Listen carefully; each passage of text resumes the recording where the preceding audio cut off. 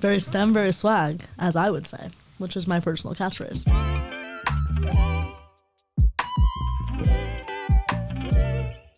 Velkommen til første episode af Sig det nu, en ny podcast, hvor jeg giver content creators og andre personlige, spændende mennesker muligheden for at fortælle om dem selv og hvad de går og laver i deres hverdag. Det her det er første episode med Izzy, en New Yorker, som pt. Befinder sig i Danmark og som har rimelig stor succes på den danske flade af TikTok. Jeg håber, du nyder den her samtale, som jeg havde med Izzy i København. Vi nåede i hvert fald at have snakken, og det kunne godt ske, at der måske kommer en part 2 af den her episode. God fornøjelse. Jeg håber, at du lytter til episoden, imens du laver noget andet hyggeligt. Okay, so I found you on TikTok. Yes. How? Like, was I on your For You page?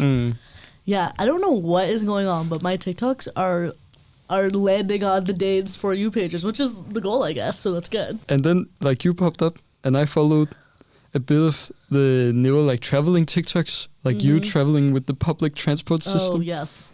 Yeah. That was a good era. Yeah. Unfortunately, I figured it out, so the content is less interesting now, but it was good content when I was failing at things. That's what I kept saying. I was like, I'm so bad at getting places, but at least it's funny. Yeah. You know? Exactly.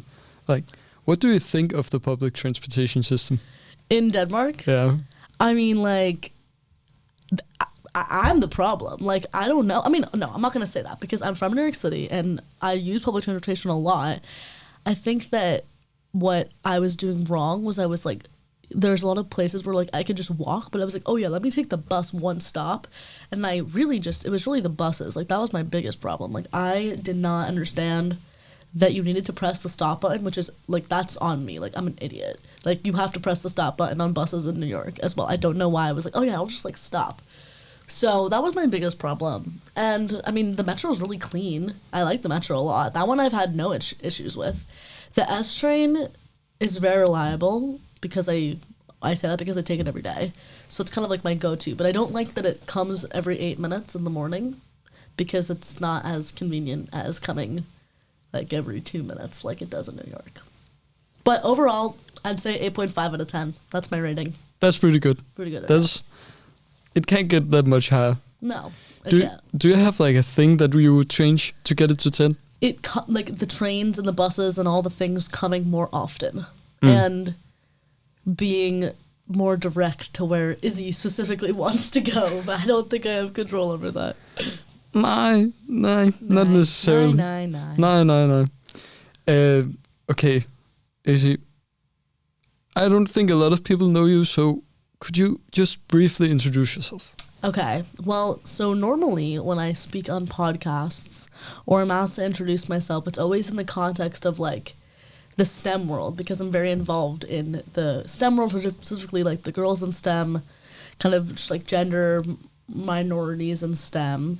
So if I more broadly introduce myself, my name is Izzy. I go by Squiz or Squizzy, so feel free to call me that.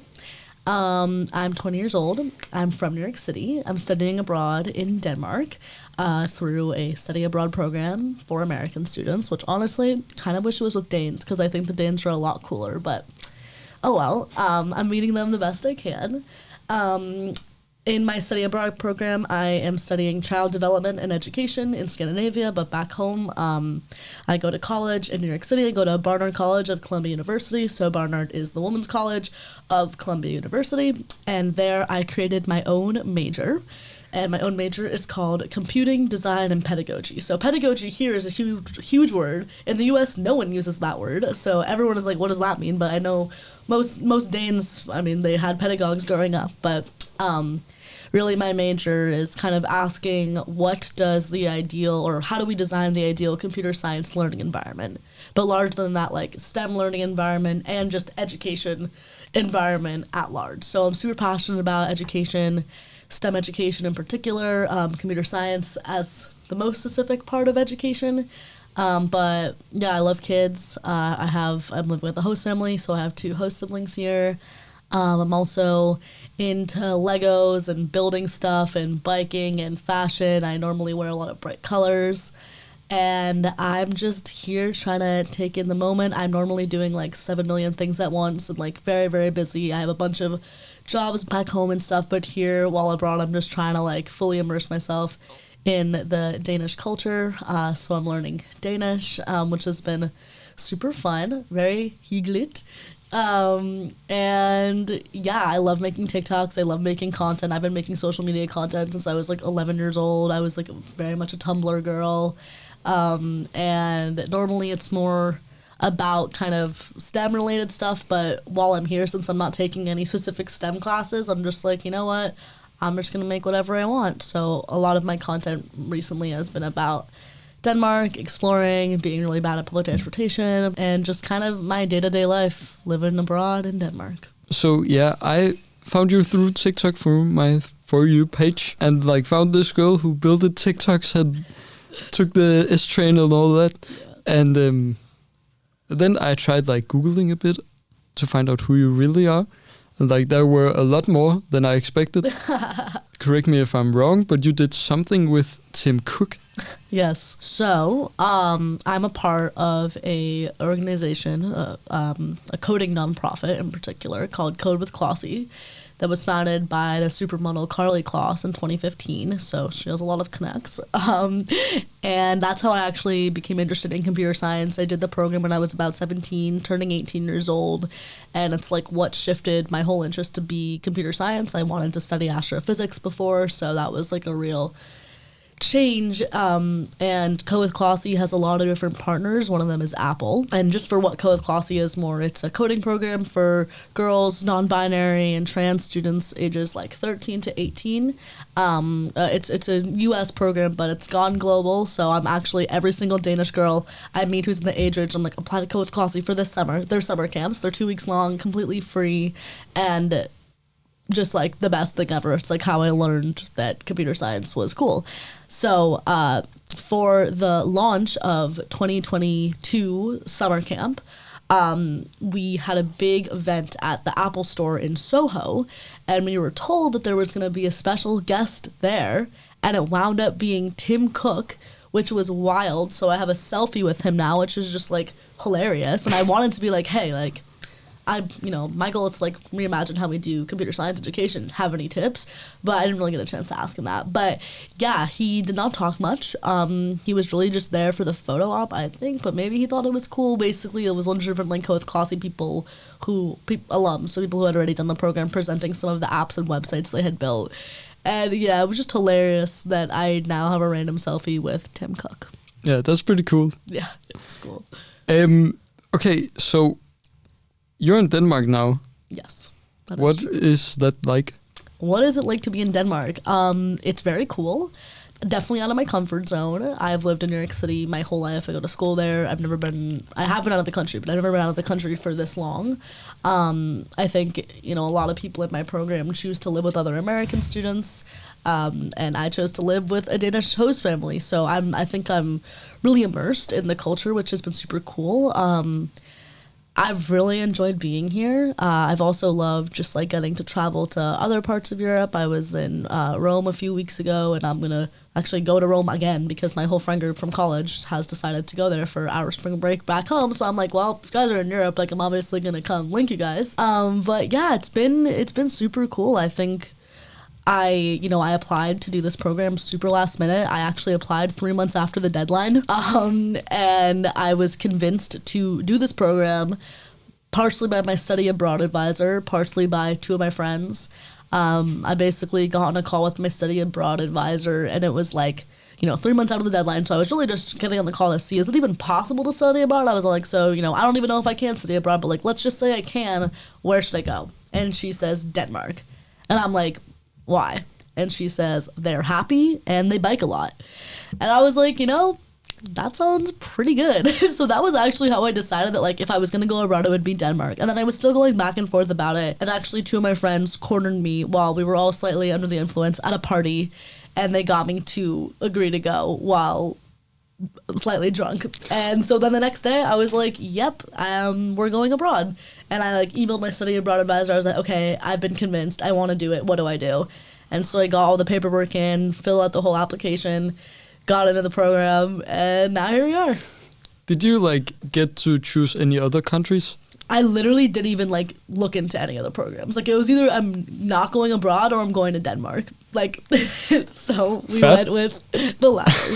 Fair. Okay, do you have like a favorite part about the country so far then? Honestly, I have to say it's meeting all of the Danes, whether that's like in person or through social media. I've never been like so overwhelmed with like welcomes and like we're so happy you're here and like, oh my god, it's so cool to see Denmark through your eyes. Like, you know, I'm from New York. People are freaking rude. Like, if like people don't smile at each other on the street, people don't say, "Hey, like I recognize you from X, Y, and Z." Like, everyone is so self-absorbed, just in the U.S. in general, but especially in New York City.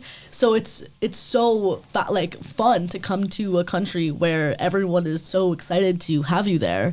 And I went to a Danish party a few weeks ago, and I was like the only American there, and it was like 30 Danes, like a little bit younger than me, but about my age.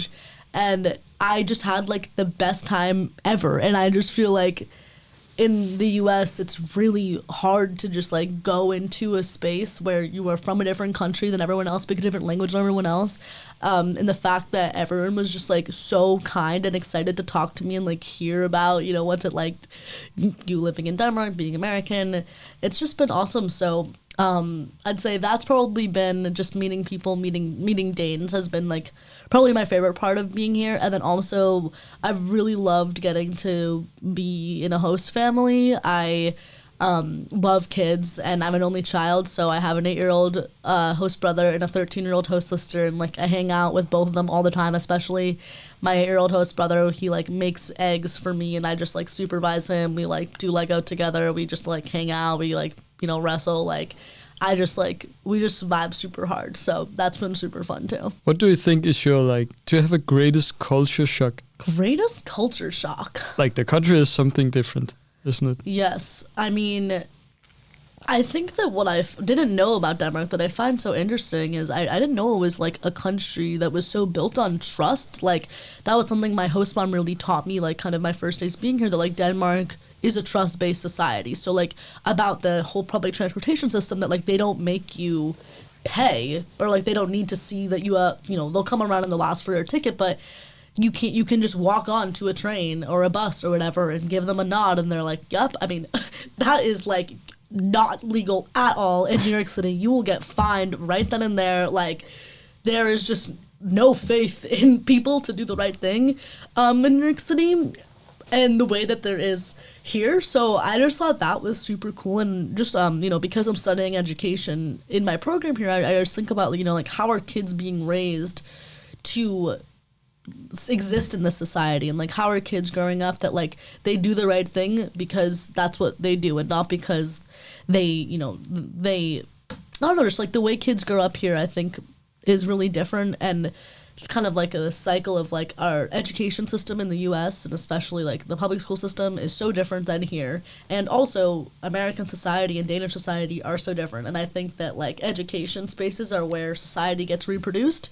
so it's just interesting to see like how is that same trust given to children in school, and how, you know, kids have agency in a way that they definitely don't in the US, and they're able to like, you know, not, you know, if they're off task or whatever, they're not going to get scolded at and they're not going to be put on timeout. Like just kids are just treated so differently here too. So I guess that's all kind of my long-winded way to answer the question. Yeah, well, it also matches with what you're doing in here. Yes. Danish, what do you think of that? Do you like it? The language? Yeah.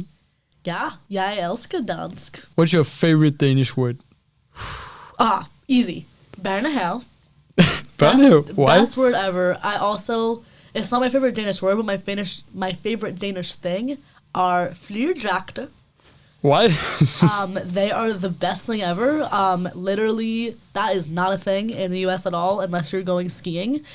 I love them. I want one. I will be leaving this country with one. I really want like an all pink one, considering like raising my kids in Denmark so that they can go to Børnehave and wear their flyerdragter. I just think it's so fun and cute, and like I love that all the kids wear them, and I like seeing the adults wear them too. I take a picture like every time I see one because I'm just like I don't know, it's just like it's a serotonin boost. It makes me happy. It's so fun, and I like the little head things they wear too. I don't remember what those are called, but yeah. That's cute. I like that. Yeah. Denmark is one thing, Izzy, but you're doing a lot of stuff on social media, and I thought we should talk about that because I did some research. All right, let's do it. I tried to do some research at least, and you like post a lot of TikToks. Yes, I do. And you had a good period when you came to the country. Yes. I looked at your views. It's not going so well right now. It's not going as well, true. Do you have any idea of like why you're not going into the algorithm? I mean, when I first got here, my TikToks were all like Denmark, Denmark, Denmark. So, I mean, my following is now 50% Denmark. And while I love that, you know, people like seeing, I mean, I'm still continuing. It's kind of a lot, I mean, I was making them every single day. It's kind of a lot of work to do that. But it was all really Denmark centered. And while that's fun, I mean, like, I'm not going to be living in Denmark forever. And I don't want people to only follow me because I'm posting like Denmark related TikToks, if that makes sense. Like, if you want to follow me for me. Yeah. And I want to be able to post more versatile content, and I'm hoping that, you know, we'll get back in the algorithms flow. But if I don't want to feel like I have to make one type of content to gain a following if I'm not enjoying the content I'm making. Like, I make TikToks because I have fun making them, and I don't want to feel like it's stressful. So obviously, I mean, I was able to keep making the same TikToks because I was getting such positive feedback from them. So I was like, okay, bet, let me keep going. So kind of that positive feedback loop. But I mean, that's just how the algorithm works. I think until you really hit like a super large number of followers, you're going to go in and out of the algorithm like that. And especially if you're changing the type of content you're creating, like, it's going to be reaching a different audience. There's different hashtags I'm putting on my videos. Like, from a scientific, technological point of view, I understand why the views are different. Now the question is, how do I get the other types of content that aren't specifically Denmark to reach the right people if I now have this following that's really following me for just Denmark? Or, you know, how do I make it so that, you know, I'm in Denmark, but also here's the stuff I do in my day that's related to the other things I'm passionate about. So it's a work in progress, but you know, once I hit 10K, that's been one of my goals for a while. I'm pretty close. I definitely think I can do it. And we're just gonna keep making them day by day. Yeah. And not take it personally because it's an algorithm, and algorithms, especially TikToks, are always, you know, flowing. You never know. You never know. No. What's your favorite thing about TikTok, though? My favorite thing about TikTok? I mean, when I first got here and was making TikToks, I did not think that they would do as well as they did at all. Like, I was just making them because, like, I was having fun. I mean, I've been recognized by, like there was, I was being recognized by people, like, every day for a bit on the street, which is hilarious because I don't even have 10,000 followers, and somehow the TikToks were, like, landing on, you know, the For You pages of Danes, and I just think, like, that is so cool and so fun. I mean, there's also situations where, I mean, I was on the train, and it was kind of later at night, and there were these two guys who were super, super creepy on the train, and it was just me and these two girls sitting next to me who looked, maybe they were young, like 14 maximum. And I was kind of figuring out what I should even do in the situation when there's two creepy guys, but also that there were these girls who were clearly younger than me that also were in the same situation I was. So I kind of decided I was going to get up and move seats. And I kind of gave one of the girls a look who we kept making eye contact. I was like, you know, kind of give like a little bit of a nod, like, okay, like, follow me. So I got up, and then the girl's friend didn't really, like, know what was going on, but the girl who I was looking at, like, got her attention, and they both got up and they followed me out of the train car where, like, the creepy dudes were. And I was like, okay, that was just getting weird. Like, I didn't know who these girls were, but I was talking to them. And then they're like, yeah, like, there was one creepy guy, and then there was another creepy guy. I was like, yeah, like, that was super weird. And then one of the girls was like, I've seen you on TikTok. And I'm like, oh my God, like, what? Like, that is crazy. So, I mean, I think it's really, I mean, I guess, yeah, this country is super small. I guess I'm really seeing that. But, you know, if any possible way of, like, the girl feeling more comfortable listening to me or following me because she had seen me on TikTok before, like, if, God forbid, I wasn't there, or, you know, if like she didn't feel comfortable being able to follow me out of that train car, like who knows what could have happened. So I just think it's cool that it's actually really served as a way for me to meet people. And I mean, it's hilarious. Sometimes people will comment on my TikTok like, oh my God, I just saw you on my bus on the way to school. I'm like, dude, it's 7 a.m. Like, what is going on right now? Like, I'm just a person too. And like, people will be like, oh my God, like you're so famous. I'm like, I'm literally not famous. Like, I'm just making TikTok. So I just think it's fun that TikTok has been able to like connect me with people in a way that I wouldn't be able to at all, and especially connect me with Dane, which is why I'm like, you know, maybe while I'm in Denmark, let's just keep the Denmark content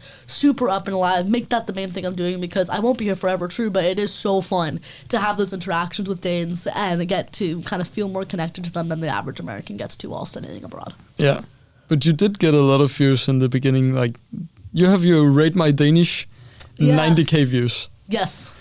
And a lot of the vlogs. Danish. I'm gonna make more. I was actually gonna make one later today of showing off the Danish that I've learned since that video. I think you should do that. Yeah, it's super fun. I think you know, I get really stressed out about like what is my niche and like what is like, you know, I have these big ambitious goals that are very much about the stuff we talked about, STEM, about girls, education, and to make content that's so different from that is like weird to me, because I'm like, how is this content furthering this other main objective I have with social media in the first place? But then I'm like, you know what? All of these different things are Izzy. And at the end of the day, people are following Izzy. And I can do whatever I want. And hopefully the people, you know, the right people will find me. But I guess it's also fair to say, like, if people are really enjoying some content, it is really fun to make content that people enjoy. And, like, I had to stop reading the comments on that video. But that video got, like, hundreds, if not thousands of comments from Danes. And, like, that's just really cool. And I think I'm in a unique position that, like, most Americans do not get to be in at all. So I'm like, I really, you know, I want to keep that up. So yeah, I love speaking Danish. I'm working on it. I'm getting better. So it's good practice for me anyway to make more videos like that. True. Because you also get a lot of Danish comments. Yes, they do. And I look them up on Google Translate. Sometimes, I mean, I've gotten better. I can read a lot of them. I know when someone's like, good job or stuff like that, but I'm still learning. Your STEM thing. My STEM thing. Yeah, for someone who doesn't know, like, it's a whole other system than in Denmark. Yes. So I have been told what STEM even stands for, but I can't remember. So can you just, like, tell a short amount of what is it? Yes. STEM is an acronym. It stands for Science, Technology, Engineering, and Math. Now there's a push for the acronym to be STEAM, which the A stands for art. It's very big in the US. STEM, like everyone knows that acronym, which is also an adjustment because I normally use STEM like so much in all my content, but now there's like Danes who see it that don't really, I mean, I had to teach my teacher today what STEM meant. Like, it's not common in the same way at all. But in the U.S., and I mean, Denmark too, I would say, there's just a lot of issues with, like, access to STEM education, just, like, teachers to teach STEM, especially with girls or minorities. It's just, like, not diverse at all. And we see the consequences of that. I mean, there's a lot of work being done by researchers like Joy Balomini. She's a black woman who actually decoded that there was a facial recognition algorithm that literally did not recognize her face in front of it until she put on a white mask, which is really fucked up. There's cases, I mean, we can go back like hundreds of years to whenever the first car came into existence. Cars, there used to be so many car crashes because they were engineered by men who did not think about who else could be sitting in the car besides a man. And so women and babies, young kids, girls or boys, whatever, were being injured in these car accidents. And so I'm really passionate about, like, ensuring that people learn what STEM is, that's an acronym that, like, people know and that they understand that, I mean, it's an acronym because all four of those disciplines have a lot to do with one another. And, I mean, a big reason why I wanted to come to Denmark was just because, yes, I kind of applied and got here on a whim, but then I was like, wait, Denmark's great for me because education is awesome here. I wasn't going to study education here. I did change that closer to right before I came. But, you know, I really was excited to see how computer science was taught here, because it's not taught very well in the US, and it's not taught period in a lot of Danish schools. I've noticed like kids aren't learning it. I've been like asking, and we had 2 high schoolers today come and speak at our in my education class, and I asked them about, are they taught computer science, and they were like, no. And so I'm now like, all right, for part of my class, I need to be leading activities. So I'm actually working on an activity that I'm going to be doing with grade 1 class on Thursday, where they are beginning to understand programming and thinking algorithmically, where they're going to be programming each other. So one of them is going to be a robot, and the other one is going to write an algorithm. So, and only allowed to like step forward 1, step forward by 2, and you're going to try to get your partner to make it across the room and sit down on a chair. So I'm going to be kind of teaching them the basics of thinking algorithmically, which I think, before you're ever actually writing anything on a computer, learn what it means, learn what an algorithm is, and learn, even if you don't even know what that word means, learn what it means to give very clear directions and understand that if you're trying to make something move one way, unless you are exactly sure of what you want to happen and are able to write it down, the thing isn't going to move the way you want to. So I'm excited to get to like bring some of the STEM stuff that I'm really passionate about back home and have a lot of experience in to schools where it doesn't really seem like at least computer science is taught at all. We're just going to go straight into it. Why don't you use YouTube? Why don't you do like longer videos? I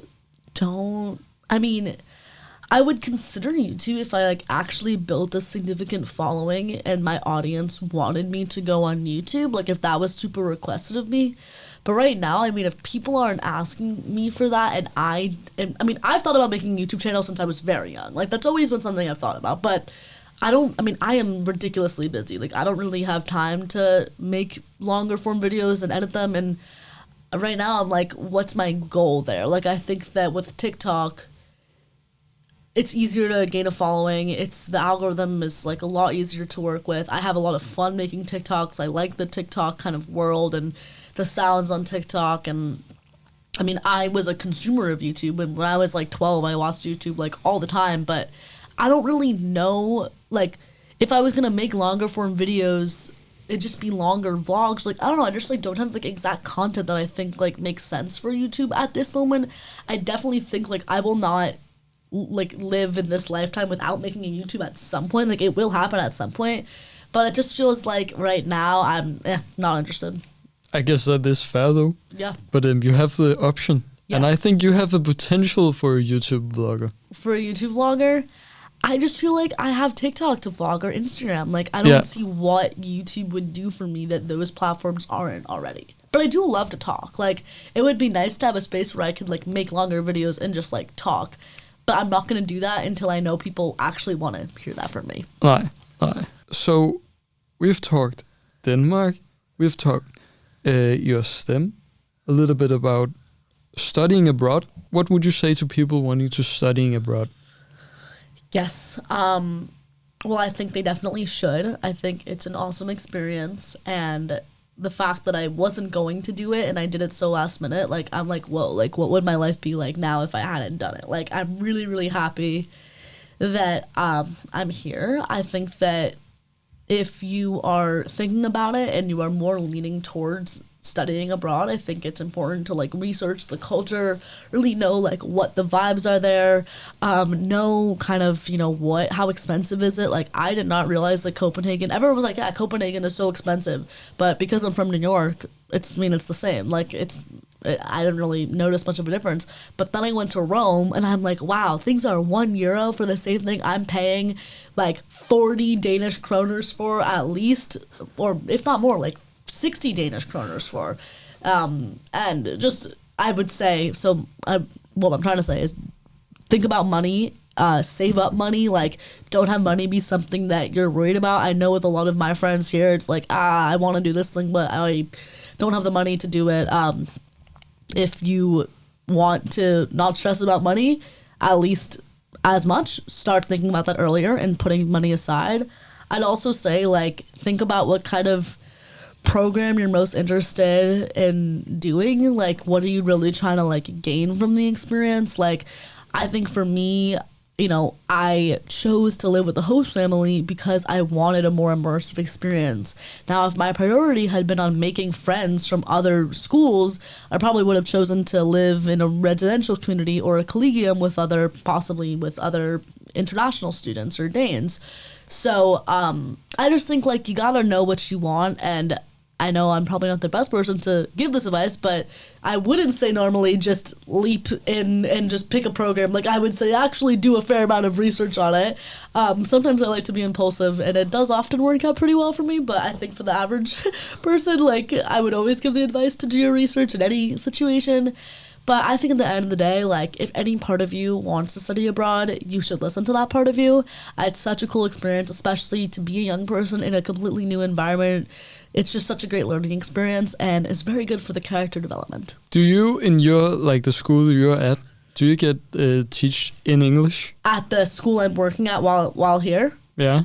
Yes, I am talking in English, but it's quite funny because, I'm not... when I most interact with the kids is when it's like recess or lunch or a break. So then they all just want to play games with me, and I have to figure out how do I explain a game in Danish or like with the least amount of English as possible. Or like sometimes I'll get some of the girls who can speak English to help me translate. So I taught like literally probably 15 girls, few boys in there too, how to play a game called Quackdiddlioso, which is very popular in the US. You like slap your palms and like you get someone out if you clap, whatever. Look it up if you're listening to this. And it is a really cool learning experience to try to figure out like how do I communicate with these kids. And I mean, they have so much fun, so I don't really need to. Sometimes when I don't know the first time I was playing with all of them, I had like 10 of them just like looking up at me, and I was like, literally, what do? I do not know how to speak to you guys. And so I wound up getting them a game that I suggested we play. Is I had them all line up in height order, which they thought was so fun, and then I had them like move from like left to right in like a line, and they thought it was like hilarious. I'm like, geez, to be 7 years old, I mean, you are entertained by anything. So I just kind of, I get around the language barrier, I guess is what I'm trying to say. Okay, so Danish, it's not like a popular language in the rest of the like it is world. Not, no. Do you feel like Google Translate is helping you because sometimes it's having difficulties? Yeah, I mean, I think that's something I'll do that helps me the most is if I see something in Danish, like a poster or something, or like a random flyer, I'll use Google Translate and like as in like take a picture of it, Google Lens, and then I'll get it translated, and then I can kind of start to register like what words mean what. Like that's how I learned what open meant. I can't say it, but because I saw a poster for an open house for Copenhagen University or something like that. So, I think that I actually created a shortcut on my phone where like if I'm on my home screen, I have like, it just says like Dansk right there, and I can click that and it automatically opens right to Google Translate with the photo part. So yeah, I would say it's been helpful for me, and also just like asking questions. Like I try to order and stuff, and if I'm like, how do I say that's all? Like I always ask because I never know how to say that's all. As in like that's all I want. But I just ask a lot of questions. Having a host family is helpful for that too. I mean, yesterday they were talking about something in Danish, and like I followed along with it and stuff. I couldn't really like tell you what exactly they were saying, but like I get enough words to understand a lot of the time. And I'd say for someone who's only lived here like 6 weeks, my vocabulary is pretty good. And I can say a fair amount of things. So I have an oral exam tomorrow. I'll let you know how it goes in my Danish class, but hopefully it'll go well. That's good. Okay, so you would recommend like getting into a host family if you went to another country and like experience it closer? I mean, I just think like I think the reason why people don't do that is because they don't want to go that much out of their comfort zone, and they want to party and to socialize. At least, college students from the US they just have other priorities. And I'm like, dude, you have all of your friends back at school. You have all of the party culture there. You have the language you speak back home. So why not do the thing that's like the complete other side of the spectrum, which is take the language that's being taught, that people, the people speak there, and live with the family, because that is like the best way to fully immerse yourself in a new culture and take advantage of stuff that, like, I mean, there's no other way I could live with a Danish host family and learn Denmark than through this, like, than being a student in a broad program here, like it's just kind of the only way that I'll ever get to experience something like that, whereas I can get to experience, going abroad with my friends and going to random bars. Like, that's not, like, worth it to me. So I think definitely do the thing that's the most out of your comfort zone. How long have you been in Denmark? 6 weeks.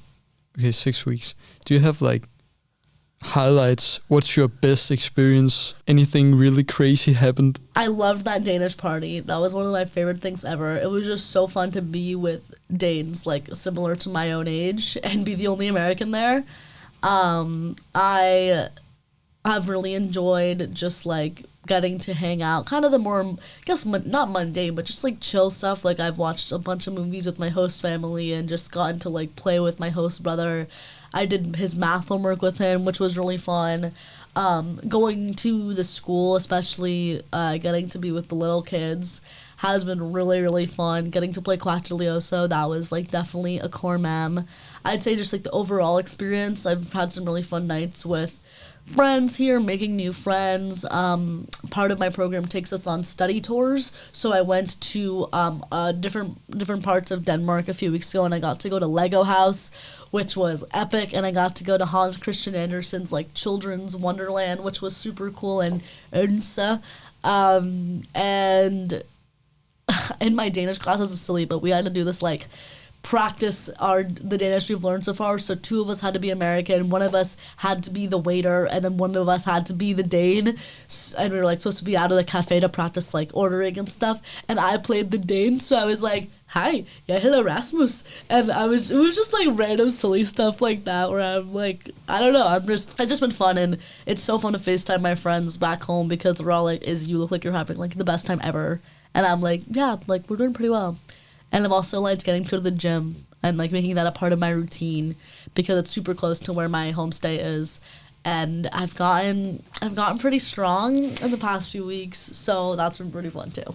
You're going back to New York sometime in May? Yes. Yeah. Really sad. May 13th, which is crazy, because that means, like, I have like 2.5 months left, and it's just going by so fast, and I'm like, oh my god, I am gonna be really sad to go home. So, are you thinking about going back? Yes. Yeah? I will definitely be back. Absolutely. I am actually strongly considering trying to get employed by Lego and work for Lego, because I have always been a Lego stan, but I'm back in my Lego era. I spent, like, thousands of kroners at the Lego store. I bought, like, 4 different sets, and I just think they're a very STEM, very swag company. It's a perfect way I would use my little phrase. And yeah, I definitely like to come at least when it's warm. So I'll have to visit over the summer at some point. I can't this summer, but hopefully next summer. I'm also thinking about applying for, like, fellowships to teach here, possibly after I graduate college. So I will be back, whether it's vacation or to work. I don't know. Hopefully both. So you said, like, working for Lego. Do you want to, like, live here? Like, move? I don't think I want to live here long term, just because, like, my whole life is in the US. Yeah. But I do think for, like, a year or 2, it would be really cool. I also am actually considering, like, if I have kids, raising them in Denmark, because I want them, like, I really want them to go to a Barnehal and wear their fleurdragter. Like, I'm so serious about that. So hopefully my future husband is, like, cool with that. But yeah, I mean, I definitely, like, will be back, and I think I could see myself living here at some point in my life. No, I don't have any more questions. We've been through the whole list. Cool. Oh, I guess if you have any listeners who identify as a girl or non-binary person or are trans between the ages of 18 and 13, go to comewithclossy.com/apply. Applications don't close for a few more weeks, and it is, like, the best program ever, and it really changed my life, and it'd be cool to get all the Danish girls up in there. So code with a K, look it up. Code with a K. Yes. Yeah, and let that be the ending line then. Perfect. Perfect. Thank you, Izzy. It was a pleasure. Yay. Should I take these off? Yeah, do it.